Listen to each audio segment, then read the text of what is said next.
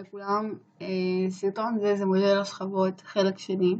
היום אני אמשיך ואפרט על מודל השכבות. הסרטון הקודם היה מאוד מאוד קצר, והפעם כנראה שיהיה יותר ארוך. אז אני אחזור בקצרה על הדברים שאמרתי בסרטון הקודם, ונמשיך. אז בעצם אמרנו שהרשת שלנו עובדת, שהרשת האינטרנט תעבוד, שמאות מיליוני הרכיבים האלו צריכים לעבוד במערכת אחת מסודרת. ובשביל מה המטרה שעשינו את מודל השכבות? בשביל שהיא תפתור לנו את הבעיה הזאת.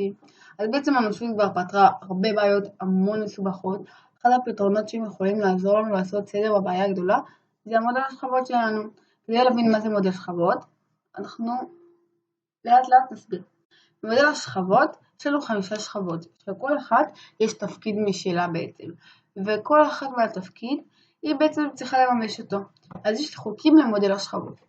יש 5 חוקים. כל שכבה היא מספקת שירות, אוקיי? אז כפי שאמרתי שוב פעם.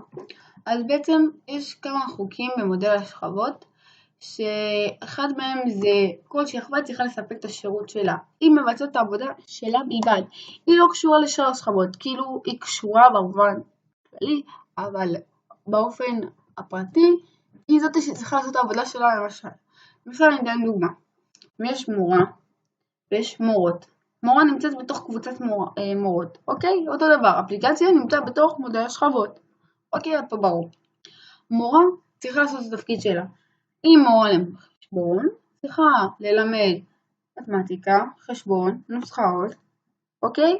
ואם יש מורה לאנגלית, היא לא אמורה לעשות את העבודה של אנגלית, היא צריכה לממש את התפקיד שלה, ללמד חשבון, לעשות מבחנים, כל שכבה בעצם צריכה לממש את התפקיד שלה. אותו דבר, לכל שכבה יש חוקים.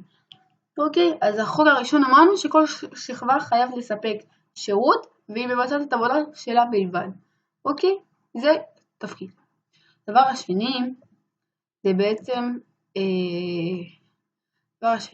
זה בעצם שכל שכבה עושה את העבודה שלה בלבד, כפי שאמרתי, אז זה הדבר השני. והוא כאילו ראש קטן בעצם, לא מעניין עוד כל התמונה, אוקיי? בעצם המורה עושה את התפקיד כלל, לא אכפת לה משאר המורות בעצם, אוקיי? חוק שלישי, השכבה יכולה לממש את השירות שלה בכל דרך שהיא רוצה.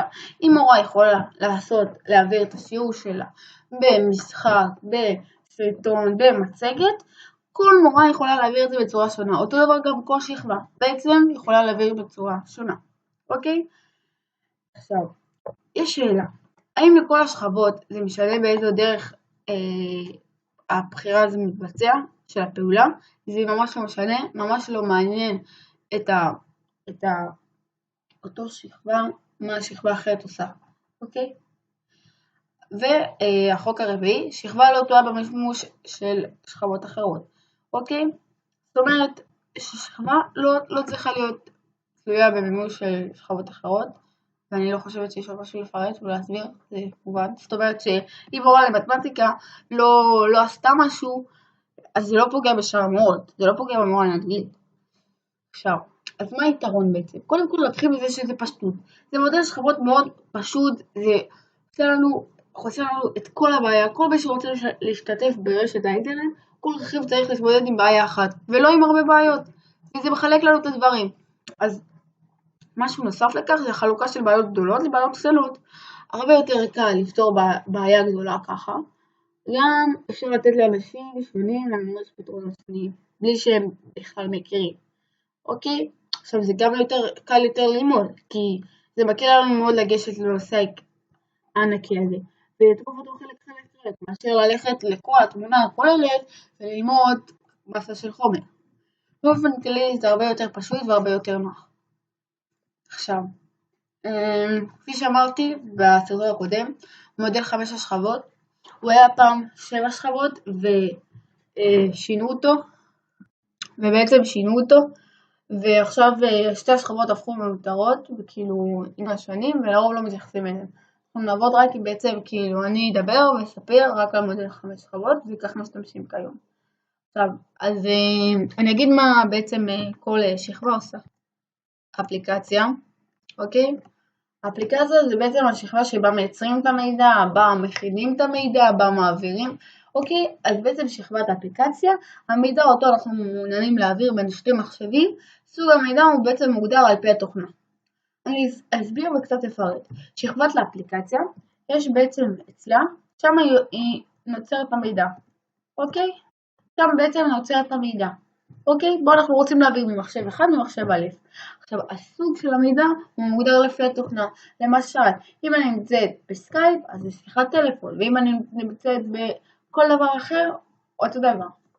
השכבה השנייה, שהיא בעצם שכבת התעבורה, היא צריכה לספק שירות של העברה אמינה מצד לצד. אוקיי? עכשיו בואו תמצאו את ההבדלים בין שכבת התעבורה לשכבת הרשת. שכבת הרשת, התפקיד שלה היא מספקת שירות של העברת מידע ממחשב המקור ועד למחשב היד. בהתחלה זה נשמע שזה כמעט אותו דבר, שכבת התעבורה ושכבת הרשת, אך לא. שכבת הרשת היא זאת שצריכה להיות לספק שירות של העברת המידע. שכבת התעבורה היא זאת שצריכה לספק שירות של העברה אמינה, אוקיי? ואילו שכבת הרשת היא זאת שמספקת שירות של העברת המידע ממחשב המקור ומחשב היד. דבר שהבנתם את ההבדל. שכבת הקו היא זאת שמספקת שירות של העברת המידע בין מחשבים סמוכים המחוברים אחד לשני בצורה פיזית. זאת אומרת שני מחשבים שמחוברים בכבל, במשהו פיזי בעצם. והשכבה האחרונה שהיא שכבת הפיזית היא בעצם מספקת שירות של העברת המידע, אוקיי? על טווח פיזי, זאת אומרת או כבל או אוויר, וזה בדרך כלל 0 או 1, בעצם עוסקת בבינארי. אז בוא נגיד ככה, נגיד כמה דברים, בשכבה מסוימת יכולים להיות מספר פרוטוקולים, אוקיי? כל שכבה עושה את התפקיד שלה ומספקת שירות מסוים לשכבה שמעליה, לא מעניין אותה מה קורה בשאר השכבות, אוקיי? ובעצם המודל 5 השכבות ומודל 7 שכבות הם לא שונים, הם כמעט חופפים זה לזה, פשוט צמצתו וראו ש5 שכבות יותר יעיל ויותר נוח. אי אפשר להבין לעומק את מודל השכבות, הוא לא נגמר, הוא מטורף והוא ענק. ואת מודל השכבות אפשר ללמוד מלמעלה ומלמטה. זהו בעצם, אני חושבת שאמרתי כמעט הכל. אני אגיד ככה, לסיכום, מודל השכבות זה אפליקציית תעבורה, רשת קו פיזי, אוקיי? זה בעצם מה שבקרוב אני אעשה עליו כמה וכמה סרטונים. עדיין זה לא הכי ברור, לאט לאט נתעמק בכל שכבה ויהיה הרבה יותר קל. אני מקווה שעזרתי וגם שאהבתי, ואם אהבתם אל תשכחו לעשות לייק. תודה. שלום לכולם, סרטון זה מודל השכבות, חלק שני. היום אני אמשיך ואפרט על מודל השכבות. הסרטון הקודם היה מאוד מאוד קצר, והפעם כנראה שיהיה יותר ארוך. אז אני אחזור בקצרה לדברים שאמרתי בסרטון הקודם, ונמשיך. אז בעצם אמרנו שהרשת שלנו עובדת, שהרשת האינטרנט תעבוד, שמאות מיליוני הרכיבים האלו צריכים לעבוד במערכת אחת מסודרת. ובשביל מה המטרה שעשינו את מודל השכבות? בשביל שהיא תפתור לנו את הבעיה הזאת. אז בעצם האנושות כבר פתרה הרבה בעיות המון מסובכות. אחד הפתרונות שהם יכולים לעזור לנו לעשות סדר בבעיה הגדולה, זה המודל השכבות שלנו. כדי להבין מה זה מודל שכבות, אנחנו לאט לאט נסביר. במודל השכבות יש לנו 5 שכבות, שלכל אחת יש תפקיד משלה בעצם. וכל אחת מהתפקיד היא בעצם צריכה לממש אותו. אז יש חוקים למודל השכבות. יש 5 חוקים. כל שכבה היא מספקת שירות, אוקיי? אז כפי שאמרתי שוב פעם. אז בעצם יש כמה חוקים במודל השכבות, שאחד מהם זה כל שכבה צריכה לספק את השירות שלה. היא מבצעת את העבודה שלה בלבד. היא לא קשורה לשאר השכבות, כאילו היא קשורה במובן כללי, אבל באופן הפרטי היא זאת שצריכה לעשות את העבודה שלה למשל אני אתן דוגמה. יש מורה ויש מורות.